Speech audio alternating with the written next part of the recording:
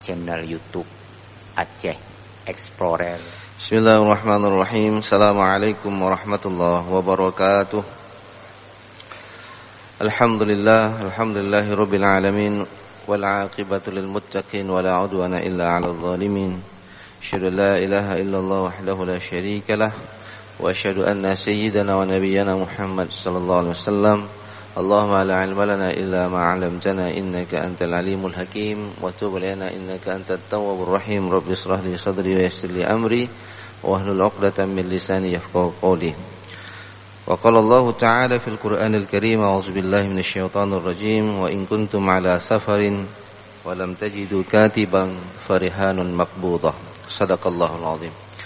Alhamdulillah, segala puji bagi Allah Subhanahu wa taala. Mudah-mudahan nikmat kesehatan, nikmat iman yang masih Allah curahkan kepada kita tetap dilanggengkan oleh Allah, tetap dianugerahkan kepada kita semua, dan mudah-mudahan kita menjadi hambanya yang selalu bersyukur terhadap nikmat yang telah dianugerahkan dengan menambah kesolihan kita, amal soleh kita sebelum kita kembali kepada Allah Subhanahu wa taala.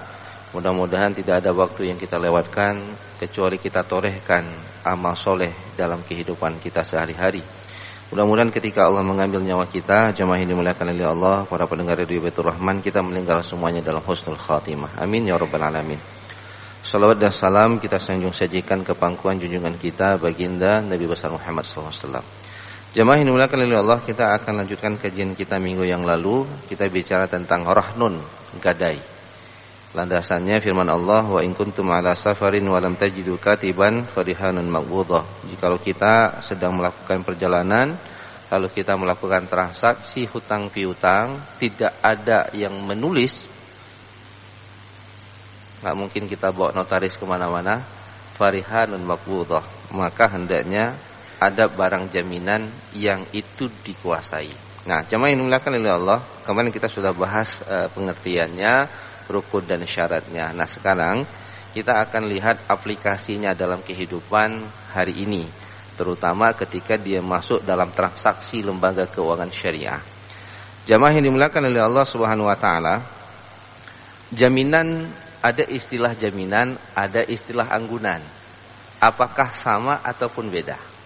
Nah, jamaah yang dimuliakan oleh Allah Subhanahu wa taala, farihanun maqbudah, jadi ada barang yang dipegang, ada barang yang dijaminkan atau barang yang dianggungkan. Itu tujuannya adalah ketika kita tidak mampu untuk membayar hutang, barang itu dilelang. Nah, itulah kira-kira. Jadi barang ini dijadikan jaminan bagi kita untuk melunasi hutang ketika hutang itu tidak mampu kita bayar. Jadi akad rahnun, akad gadai itu sebenarnya adalah akad ikutan, bukan satu-satunya akad. Akad utamanya apa? Hutang piutang. Dalam transaksi jual beli ada jual beli yang kita lakukan tidak secara tunai. Contoh misalnya Bapak Ibu melakukan transaksi pembiayaan dengan bank syariah beli kendaraan. Lalu kemudian Bapak Ibu yang dimuliakan oleh Allah dimintakan jaminan. Jadi ketika nanti Ibu tidak sanggup membayar hutang dari pembiayaan bank, maka bank akan meminta anggunan Bapak, apa itu? Rumah, ruko dan lain-lain, itu kemudian dijual untuk membayar hutang. Jadi saya ingin tegaskan, jamaah yang dimuliakan oleh Allah, bahwa jaminan ataupun anggunan yang digunakan akad berbasis rahnun itu bukan akad yang berdiri sendiri, tapi tempelan dari akad hutang piutang atau akad jual beli yang sifatnya hutang piutang yang tidak dilakukan pembayaran secara cash ataupun tunai, ataupun akad sewa menyewa yang juga tidak dibayar secara tunai. Nah, apa perbedaan jaminan dengan anggunan? Jamaah yang dimuliakan oleh Allah, secara fikih tidak ada perbedaan. Akan tetapi dalam transaksi bisnis hari ini dibedakan.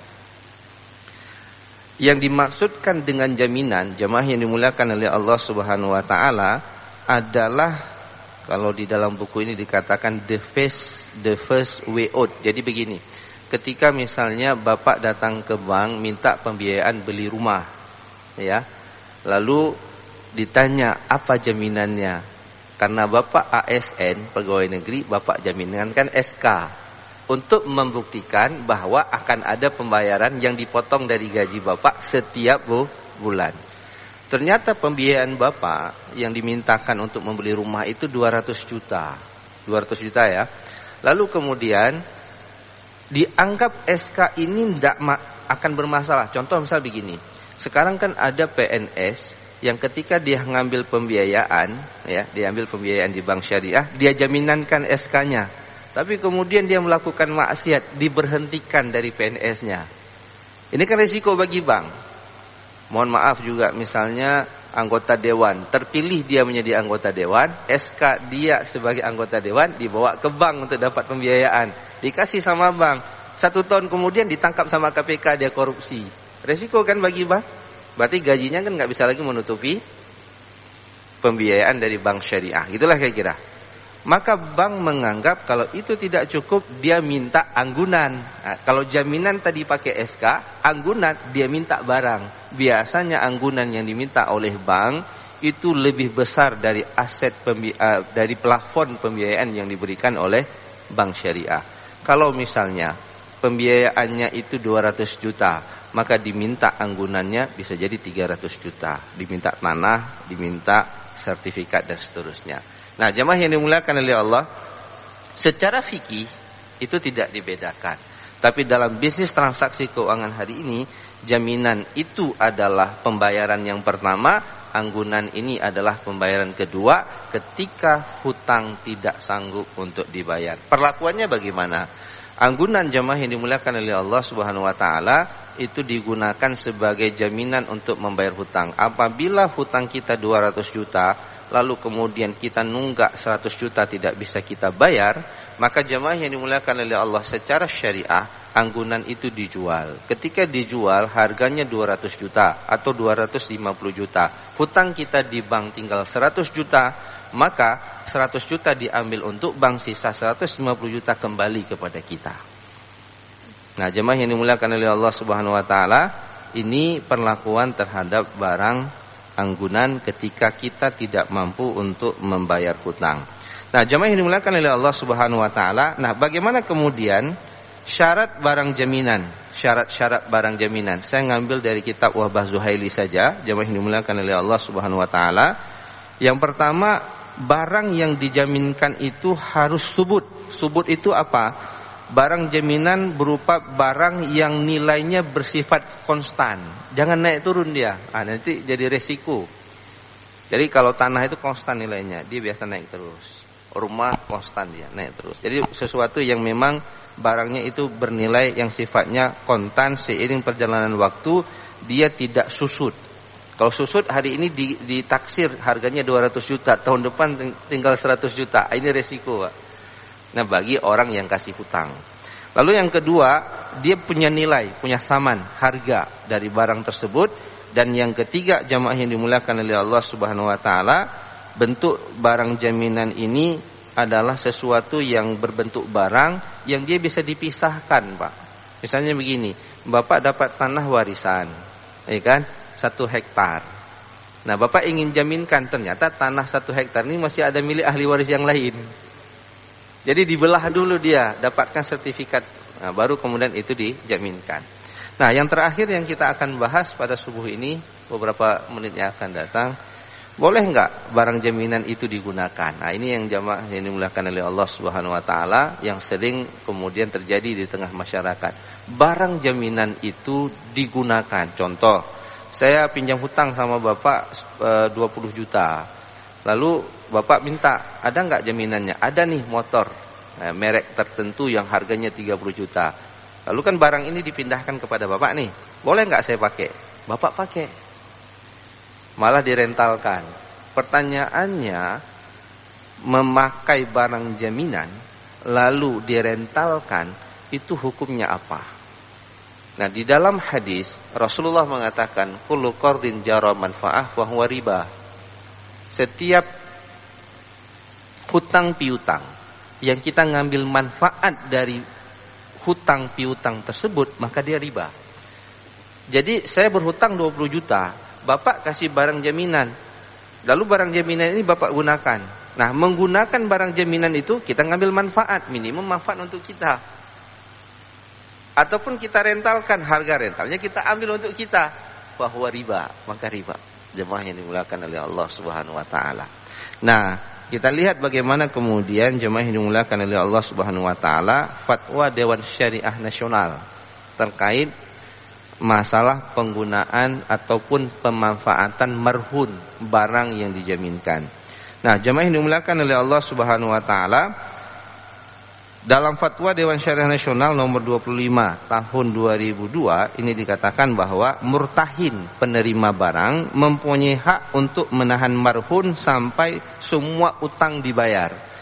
Murtahin ini orang yang menerima barang, rahin ini orang yang berhutang, marhun itu barang.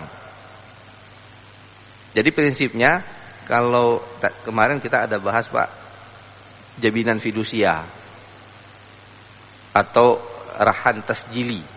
Itu maknanya apa? Yang saya pegang jaminannya suratnya, BPKB-nya, kendaraannya enggak. Kendaraannya Bapak pakai aja. Tapi Bapak enggak bisa jual itu kendaraan. Kenapa? BPKB-nya sama saya. Ya. Kalau Bapak enggak bayar hutang, BPKB ini dengan kendaraan saya tarik, kita jual. Nah, gitulah kira-kira. Nah, jadi pada prinsipnya sebenarnya kalau Imam Hanafi ya, arahan tasjili ini dalam mazhab Syafi'i dibenarkan. Karena kemarin ada pembahasan kalau Imam Hanafi mengatakan dia, kalau Imam Syafi'i wasiqatan, sesuatu yang bisa kita percayai, itu surat boleh.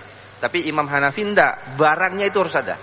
Jadi barangnya itu dipindahkan. Nah, maka di sini dikatakan bahwa marhun ya, barang itu dipindahkan ke murtahin, kepada orang yang memberikan hutang.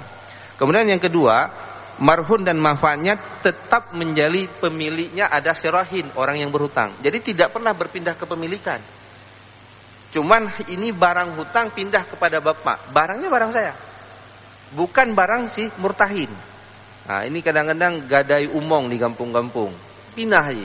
Nyoh nggak diselesaikan, nggak dibayar, itu diwariskan untuk anaknya. Ini yang jadi problem, Pak. Jadi maksiatnya, ribanya itu turun-temurun, Pak. Dilakukan oleh si murtahin, mereka yang memberikan hutang.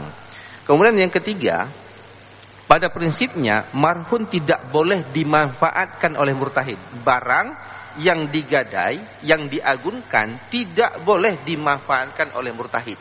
Sepakat para ulama fikih mazhab. Kecuali, nah ada pengecualiannya, atas izin. Dan ini dua Pak, dia diizinkan, tapi karena terpaksa. Ini juga enggak boleh sebenarnya. Diizinkan, tapi ada batasan. Yang pertama, kalau saya izinkan, jangan nilai marhun itu berkurang ketika nanti dijual. Contoh misalnya, saya izinkan Bapak pakai motor saya, accident. Waktu kembalikannya motornya penyot. Berarti kan nilainya sudah berkurang, Pak. Nah, yang kedua, pemanfaatannya itu sekedar biaya yang kita butuhkan untuk merawat kendaraan itu. Jadi kan enggak mungkin nih mobil enggak diservis, oli enggak diganti, begitulah kira-kira. Maka boleh enggak saya manfaatkan kalau diizinkan, lalu kemudian nilainya tidak berkurang dan dimanfaatkan sebatas biaya yang sudah kita keluarkan. Di dalam kitab fikih dijelaskan bagaimana menggunakan, dijaminkan itu hewan seperti sapi ataupun kuda, ya kan? Lalu kemudian ataupun unta. Nah, unta ini kan dipindahkan ke si murtahin, orang yang memberikan hutang. Kalau unta ini nggak dikasih makan, mati nggak dia? Mati, Pak. Nanti ketika dia tebus, ternyata untanya udah mati karena nggak dikasih makan. Nah, saya memberikan dia makan, maka saya boleh menggunakan sapi ini menggarap sawah sebatas biaya yang telah saya keluarkan. Nah, jemaah yang dimuliakan oleh Allah Subhanahu wa taala, pemeliharaan dan penyimpanan marhum pada dasarnya menjadi kewajiban rahin. Sebenarnya kan pemeliharaan barang saya itu, karena itu dijaminkan, itu kewajiban saya. Bapak yang kasih hutang, itu Bapak tidak wajib. Tapi karena Bapak yang sudah memeliharanya, maka saya bayar fee kepada Bapak. Itulah penggadaian syariah. Kita datang ke gadai, ya kan? Bawa kendaraan, kendaraannya dipindahkan ke gudang mereka. Mereka ngerawat punya Bapak, maka mereka minta fee penempatan mobil kendaraan Bapak. itu milik Bapak, tapi sekarang sebagai jaminan pindah ke gudang saya.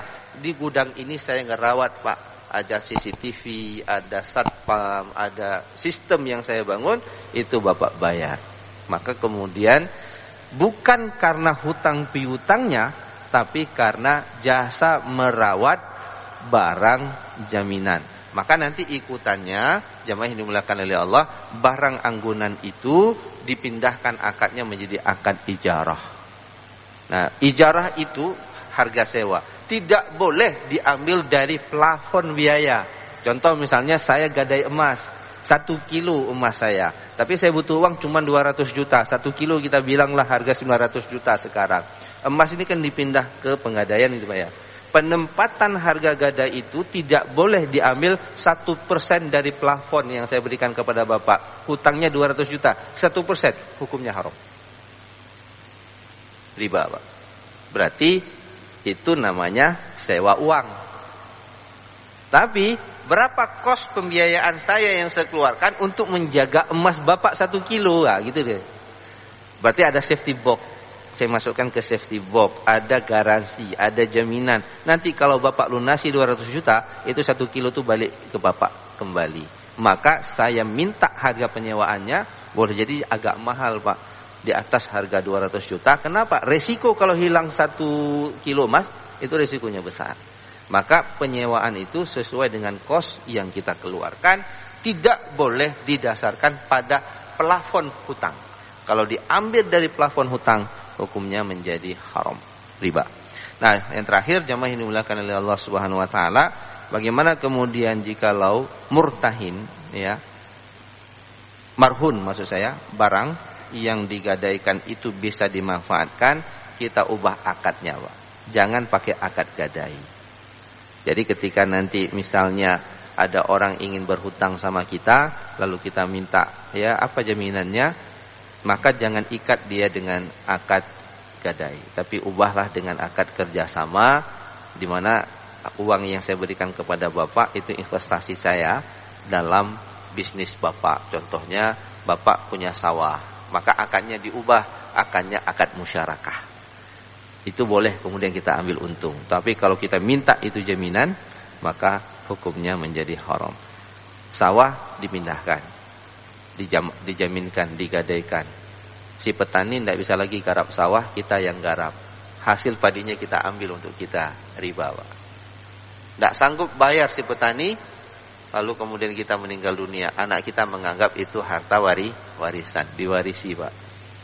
Ini terikat sampai akhirat nanti. Oleh karena itu jemaah yang dimuliakan oleh Allah, ingat akad gadai adalah akad ikutan dari akad hutang piutang ataupun jual beli yang tidak dilakukan secara tunai, jual beli yang dibangun atas dasar hutang, ataupun sewa menyewa yang dibangun karena tidak dibayar secara tunai, berarti juga ada hutang piutang. Tujuan akad gadai ini jemaah yang dimuliakan oleh Allah sangat baik, supaya orang itu bisa menjaminkan kalau saya berhutang, insya Allah saya membayar. Ini juga mengajarkan kita begini Pak, kalau Bapak berhutang, Bapak yakin bisa bayar, maka saya buktikan, ini ada kendaraan saya, ini ada aset saya. Tapi hari ini kalau saya jual aset, misalnya begini sederhana, tiba-tiba qadarullah anak kita masuk rumah sakit, operasi, butuh uang 300 juta. Gitulah kira-kira. Kita ada uang, ada Pak, tapi dalam bentuk rumah. Rumah kita ada 5. Gitu kira-kira. Pertanyaannya, kalau besok saya jual, laku nggak rumah? Enggak Pak, karena prosesnya panjang. Maka saya ambil ini, saya gadai dulu Pak. Rumah saya itu harganya 5 biji, 1,5 miliar. Tapi hari ini saya butuh uang 300 juta. Nggak ada uang, kita gadaikan dulu Pak. Nah, lalu kita kemudian dapat uang, operasi anak. Proses rumah itu dijual. Gitulah kira-kira. Oh, kalau rumah itu nggak jadi saya jual, kenapa? Itu warisan orang tua saya. Dijohi matanya lumpuh blow. Keluar air mata saya kalau saya jual. Maka usahakanlah tutup hutang itu. Maka rumah itu kemudian balik. Jadi rumah itu hanya sebagai jaminan.